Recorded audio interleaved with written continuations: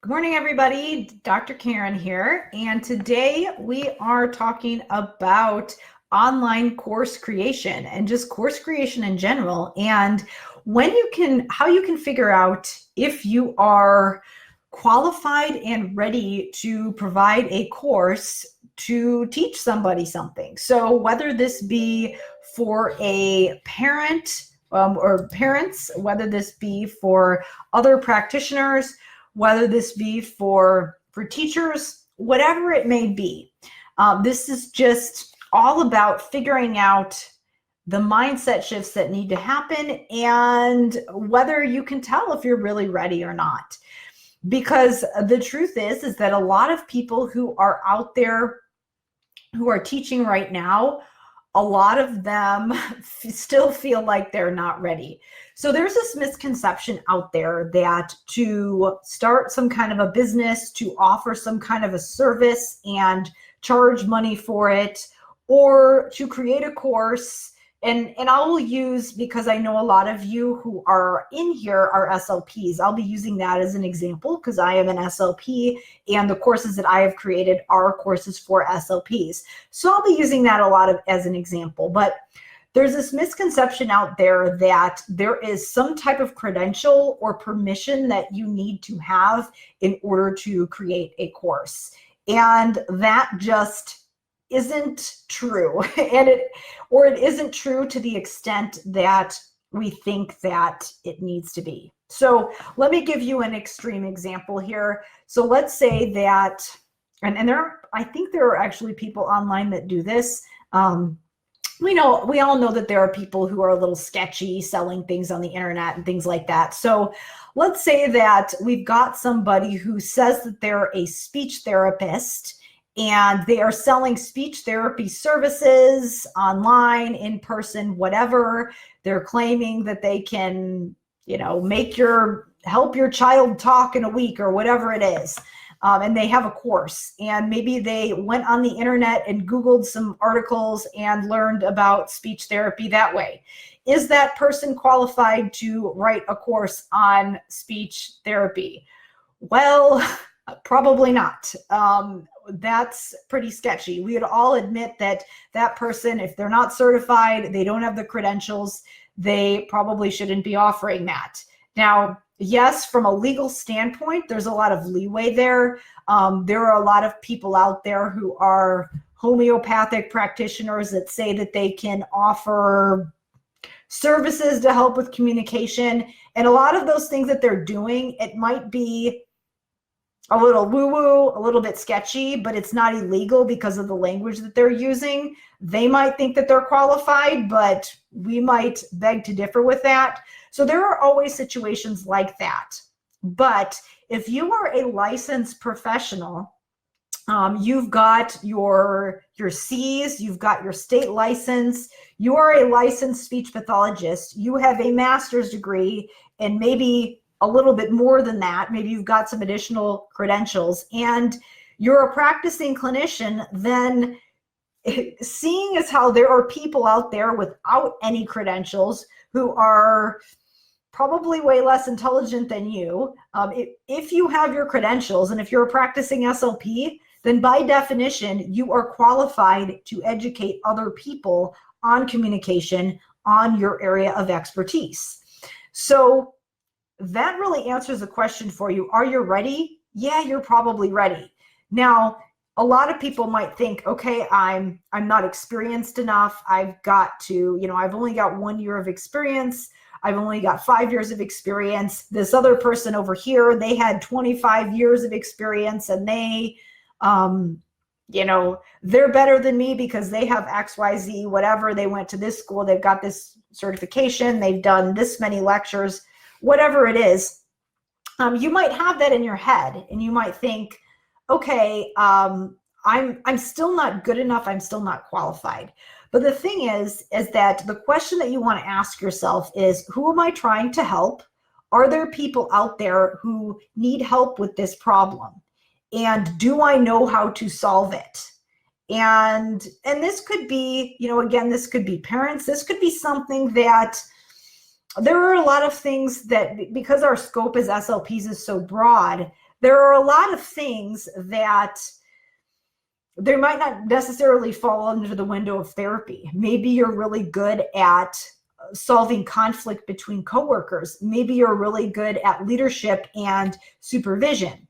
Maybe you are really good at making therapy sessions creative and engaging, something that isn't necessarily a therapy skill. Maybe you have something that's not even speech therapy related that you want to do. So the thing is that a lot of times there really isn't any law. I mean, other than, billing for speech therapy services when you're not a licensed practitioner or something like that, if you're in a private practice. Other than that, there's not really any magic law or permission that's ever going to give you something that is going to say, yes, now you're ready. So the thing is that you're probably more ready now than you'll ever be. And the only way that you're going to feel more confident in teaching people is to start teaching people.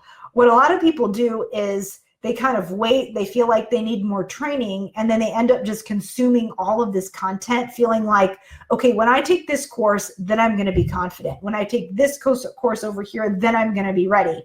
And then they keep taking courses and they're realizing that they're consuming all this information and they don't ever get that feeling of confidence. The reason is that they're just sitting there consuming information and they're not actually doing the thing. They're not actually practicing that skill that they need or that they want to get better at. It's kind of like public speaking. A lot of people don't like presenting because they feel like they're not good at it.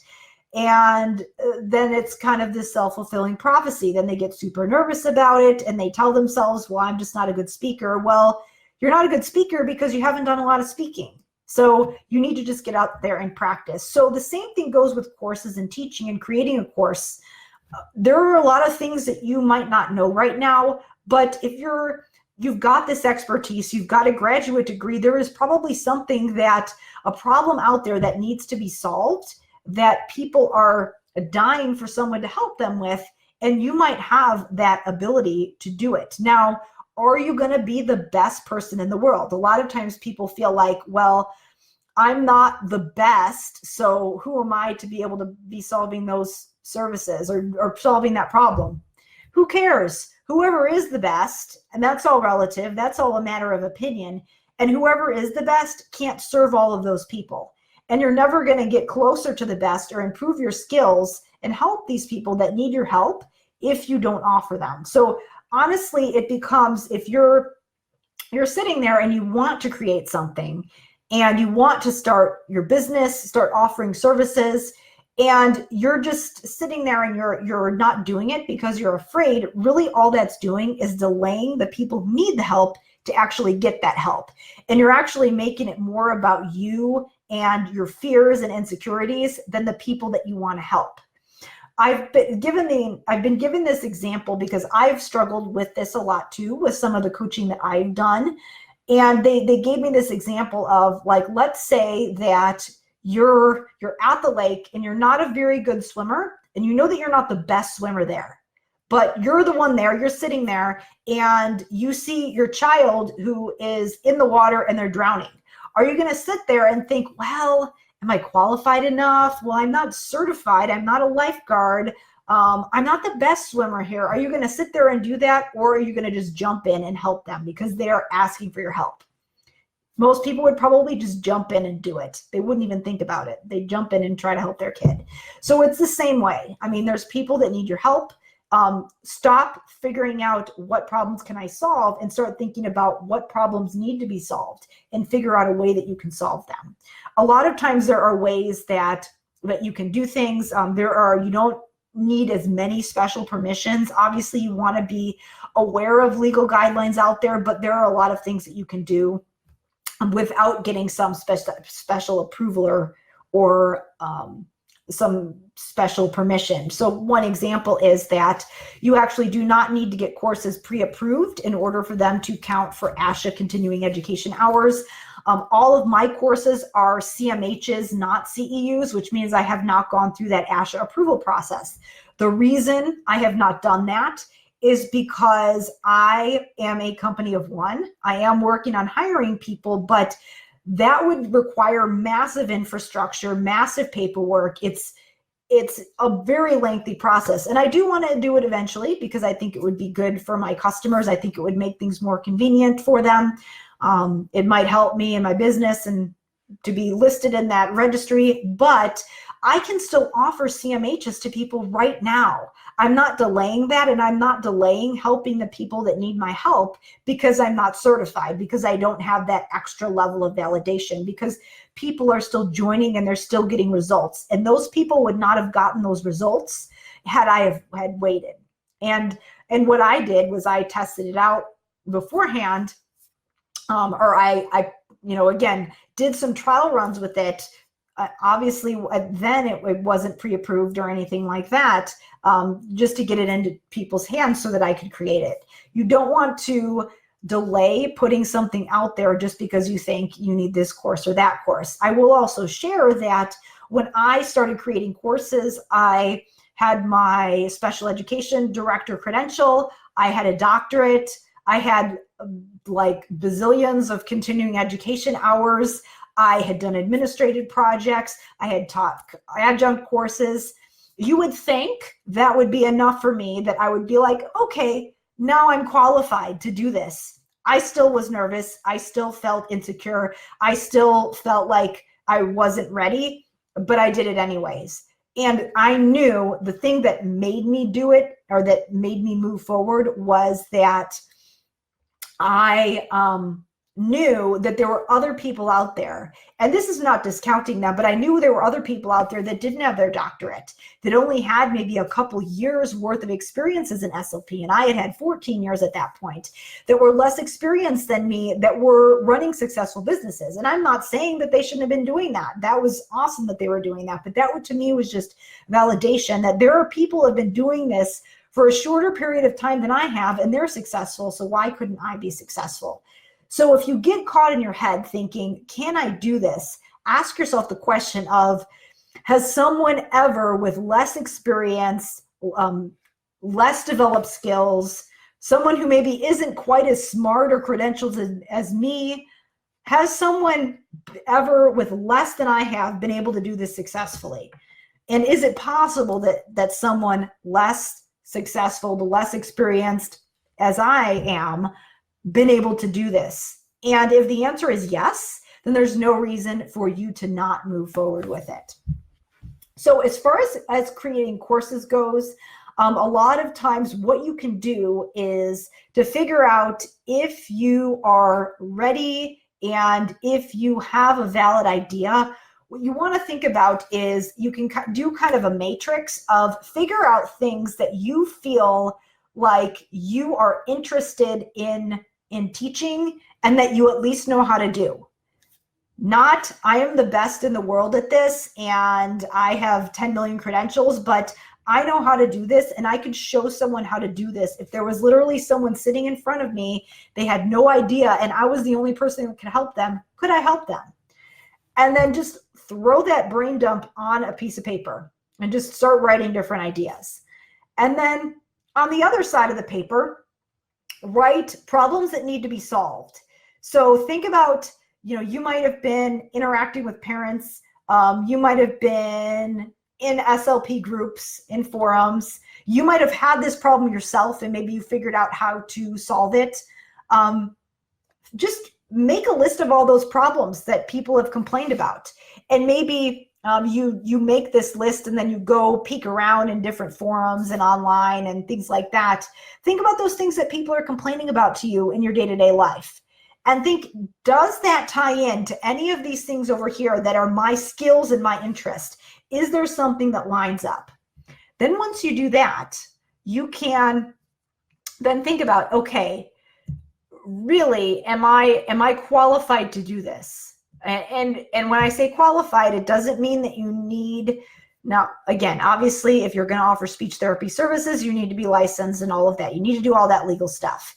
But think about it is think, okay, Are there people who are less experienced than me in this that could benefit from my help? Do I know more than they do? And could I get them to the next level? If you can, chances are that's enough for you to be able to offer those people that course in that, or that particular training in that area.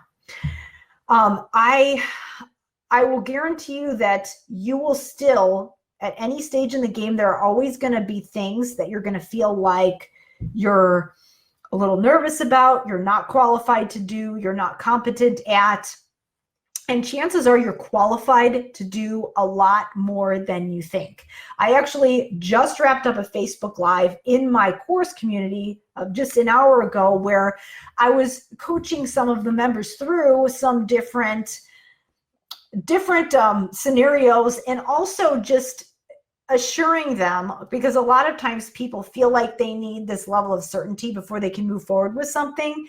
But the thing is that the only way that they're ever going to get that certainty and that feeling of confidence is if they move forward, not by continuing to watch videos and Googling and YouTubing and whatever. Yes, courses and trainings are good. I provide them. Those will give you that structure that to take action. But there comes a time when we need to stop consuming and just start acting and trusting that we're going to know what to do when we get to that level. Again, remember, you do not have to be the best person in the world. You just need to be helpful. A lot of times people undervalue being someone who was just there. So let me just back up and explain what I mean. When I first started creating courses, I had some experience teaching adjunct courses. I did not have 20 plus years of university teaching and research under my belt. I didn't have a tenure track position. I wasn't a tenured professor, and I had not done years and years worth of the speaking circuit at conferences and things like that. So I could have easily said, well, you know what? People like, I don't know as much about language therapy as, Marilyn Nippold, who's somebody I cite all the time, somebody who I love her work, or Barbara Aaron, or Judy Montgomery, all these people where they've got a lot of experience and they've published textbooks and things like that. I could say, like, you know what, I'm not as accomplished as them, so I'm not going to do anything until I publish a textbook or have X number of years teaching at a university. But so I could sit there and accept, you know what, I don't have as much experience as they do.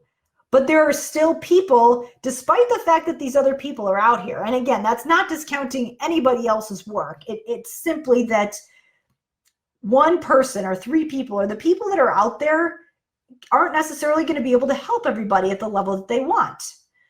Because they're busy doing other things. They're busy doing research, lecturing, writing books, etc. So here I am. I recently, within the last 5 to 10 years, just struggled with language therapy over here and was able to solve that problem for myself. I've actually been, that problem is a little more raw to me because I just went through that struggle. A lot of times people who have that high level experience, and this, again, not discounting anyone's work, but a lot of times if you're a person who just went through that struggle, you get it more than somebody who has not experienced that struggle for 10, 20 years. A lot of times when people get to a certain level, they forget what it was like to be a beginner or be sitting there in the thick of it in the trenches and struggling. And yes, they might work with a lot of people who, everyone, so my video cut out. It just stopped. I was in the middle of talking. So I'm going to continue where I left off. So what I was saying was that a lot of times people who are highly competent at things, if they've been competent for a really long time, they forget what it was like to be a beginner and forget what it was like to be struggling. Whereas if you just went through a struggle, let's say that you don't have as much experience as this person up here, you might actually be a better person to coach these people who are just going through that struggle that you just went through. You remember what it was like to be in their shoes. Yes, these other people might have coached a lot of people throughout their years, You might actually be a better person to coach these people. A lot of times I've found that sometimes people who are way above here, if I'm struggling with something, a lot of times I have a hard time getting up there to getting up there to their level. And I need someone who understands where I am and is closer to where I am. And sometimes that's actually a better person to mentor me than these people that are up here that haven't been where I am right now for many, many years.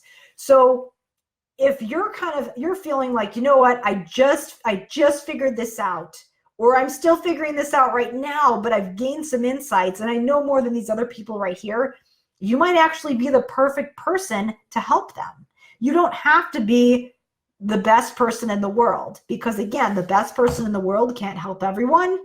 And if they were, then those people wouldn't be still sitting there struggling with that problem. I guarantee you there are enough people that need help, that there is enough to go around for you and those other experts out there. And if there is a problem out there that people are asking to solve, and you're kind of sitting here thinking, oh gosh, am I qualified? Am I not? Am I good enough? Maybe I should go take this course. Well, again, you're just delaying them getting your help.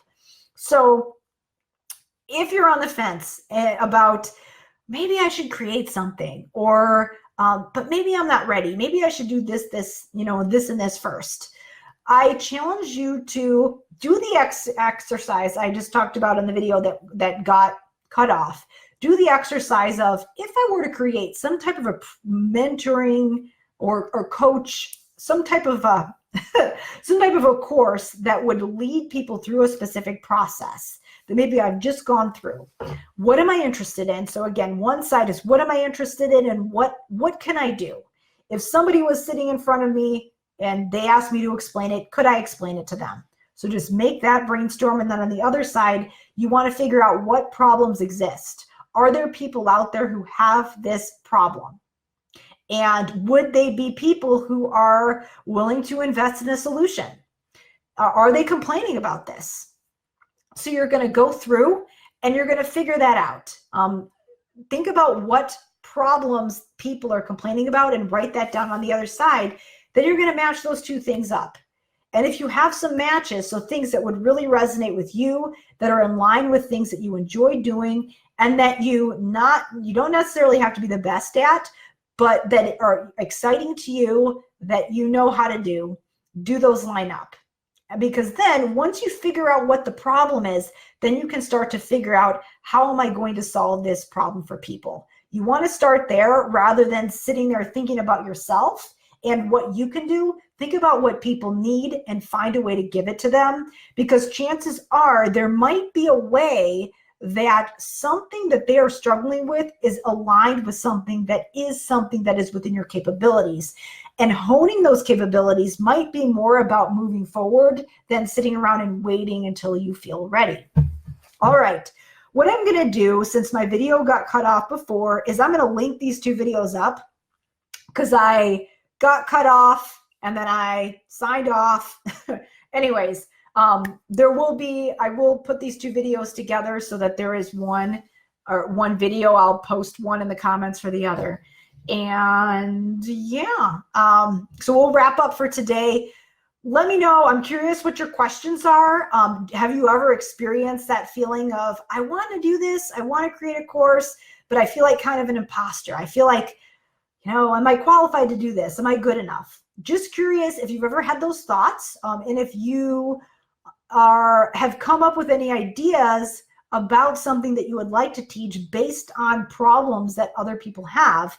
And if you've ever sat there and wondered, am I qualified, and what do I need to do to become ready and qualified to create this course or program for these people? So let me know what your questions are. We'll sign off for now. And thank you so much, everyone, for listening.